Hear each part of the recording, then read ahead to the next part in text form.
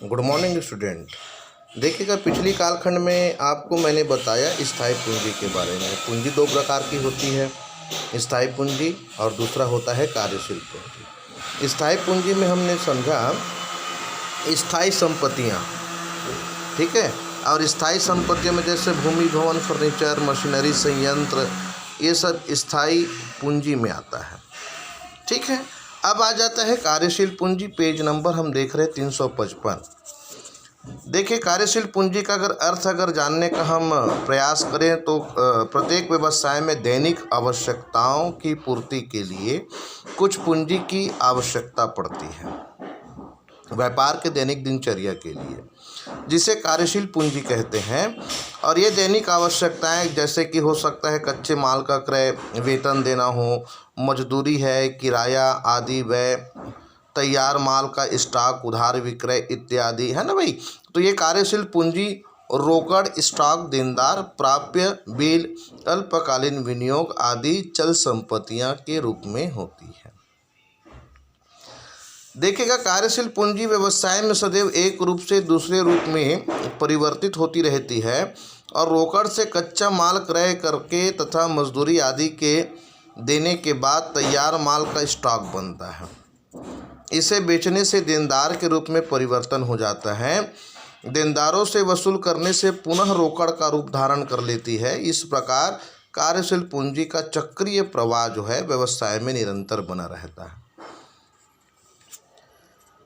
इसलिए इसे चक्रीय पूंजी यानी, है ना, सर्कुलेटिंग कैपिटल भी कहा जाता है। इस चक्रीय प्रवाह का चित्रण, है ना, देखिए कैसे इसमें दिया गया है ना। देनदार, परिचालन, नगद धन, स्टॉक कैसे वसूली, फिर परिचालन व्यय, आय, है ना, उत्पादन, बिक्री कैसे होती है, रोटेशन होता रहता है ना। और ये चक्रीय पूंजी की आशय जानने का प्रयास करें तो चालू संपत्तियों से है, जो व्यवसाय के साधारण व्यवहार में एक रूप से दूसरे रूप में बदलती रहती है। जैसे रोकड़ से माल में, माल से लेनदारी में, लेनदारी से रोकड़ में। यानी कार्यशील पूंजी का प्रयोग दो अर्थों में किया जाता है, सकल कार्यशील पूंजी और शुद्ध कार्यशील पूंजी। सकल कार्यशील पूंजी का आशय चालू संपत्तियों का कुल मूल्य, जबकि शुद्ध कार्यशील पूंजी चालू संपत्तियों तथा चालू देनदारियों के अंतर का नाम है, ठीक है।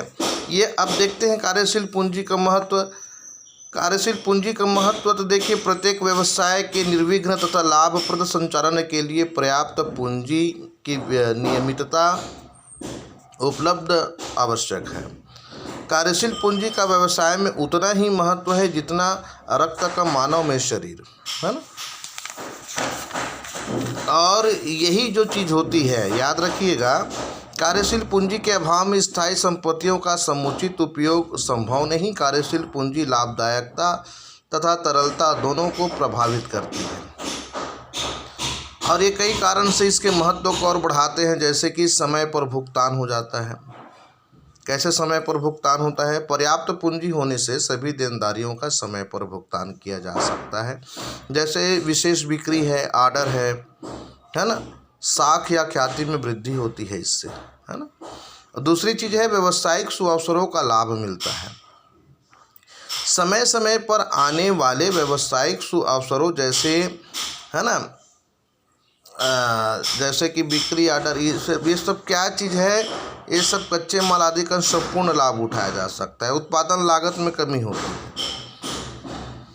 पर्याप्त रोकड़ द्वारा नगद बट्टे का लाभ मिलता है और जिससे उत्पादन लागत में कमी होती है। व्यापार चक्र का सामना करने की शक्ति होती है व्यावसायिक चक्रों पर।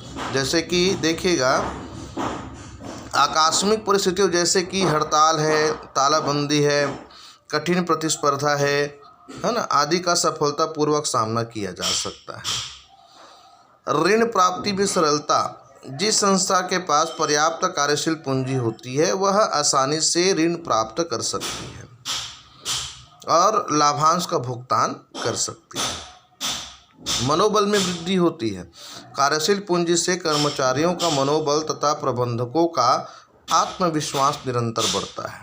ये ऐसे कार्यशील पूंजी की क्या है, ये महत्व को दर्शाते हैं। अब देखते हैं 9.29 कार्यशील पूंजी की आवश्यकता को प्रभावित करने वाले जो घटक होते हैं, है ना, factors of affecting determining the amount of working capital requirements. दूसरी चीज़ है ना, पहला चीज़ आ जाता है कार्यशील पूंजी की मात्रा को अगर कोई भी प्रभावित करने वाले जो घटक हैं, वो सबसे पहले आता है व्यवसाय की प्रकृति। देखिएगा, सार्वजनिक सेवा उपक्रमों तथा अन्य फर्मों में जहां नगद माल बेचा जाता है और बहुत कम स्टॉक रखना पड़ता है, बहुत कम कार्यशील पूंजी की आवश्यकता पड़ती है। इसके विपरीत निर्माणी और व्यापारिक संगठनों में अधिक कार्यशील पूंजी, है ना, रखना आवश्यक है। और जिन उद्योगों में उत्पादन लागत में कच्चे माल एवं एक श्रम एक मुख्य अंश हो, वहाँ अपेक्षाकृत अधिक कार्यशील पूंजी की आवश्यकता। यानी व्यवसाय की प्रकृति जो है कार्यशील पूंजी को क्या करती है, प्रभावित करती। दूसरी चीज़ आता है व्यवसाय का आकार। अगर साधारणतः उत्पादन तथा वितरण का अगर पैमाना जितना बड़ा होगा तो उतनी बड़ी कार्यशील पूंजी की आवश्यकता पड़ती है। और क्योंकि स्टॉक आदि में अधिक पूंजी लगानी पड़ेगी, और जितनी बड़ी होगी व्यवसाय का आकार तो उतनी ही अधिक क्या है, कार्यशील पूंजी की आवश्यकता पड़ती है ना। उसके बाद है तीसरा आता है उत्पादन की अवधि।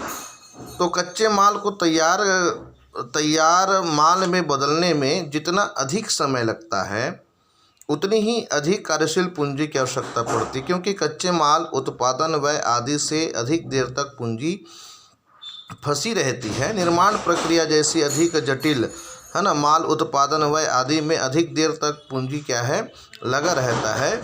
और उत्पादन में कच्चे माल तथा श्रम का महत्व जितना अधिक होता है, उतनी अधिक कार्यशील पूंजी की आवश्यकता पड़ती है। यानी उत्पादन की अवधि जो होती है, वो भी कार्यशील पूंजी को क्या करती है, प्रभावित करती है।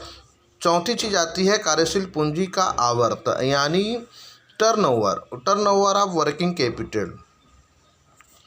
जितनी तेज गति से स्टॉक को रोकड़ में बदला जाता है या पूंजी चक्र पूरा किया जाता है, उतनी ही कम कार्यशील पूंजी में व्यवसाय चलाया जाता है ना। दूसरे शब्दों में, जितना कम स्टॉक रखना पड़ता है उतनी कम कार्यशील पूंजी चाहिए होती है। तो यानी कार्यशील पूंजी का आवर्त, टर्नओवर भी क्या करता है, कार्यशील पूंजी को प्रभावित करने वाले घटक में शामिल है। पांचवी चीज़ है क्रय विक्रय की शर्तें, है ना भाई, क्रय विक्रय की शर्तें भी प्रभावित करती है। छठवीं बात होती है इसमें मौसमी परिवर्तन, व्यापार का चक्र कैसा चल रहा है। आठवीं चीज़ है संचालन क्रिया में लगने वाला समय, लाभांश की नीति है, सामग्री की लागत, श्रम की लागत, स्टॉक की स्थिति, संचालन व्यय, है ना।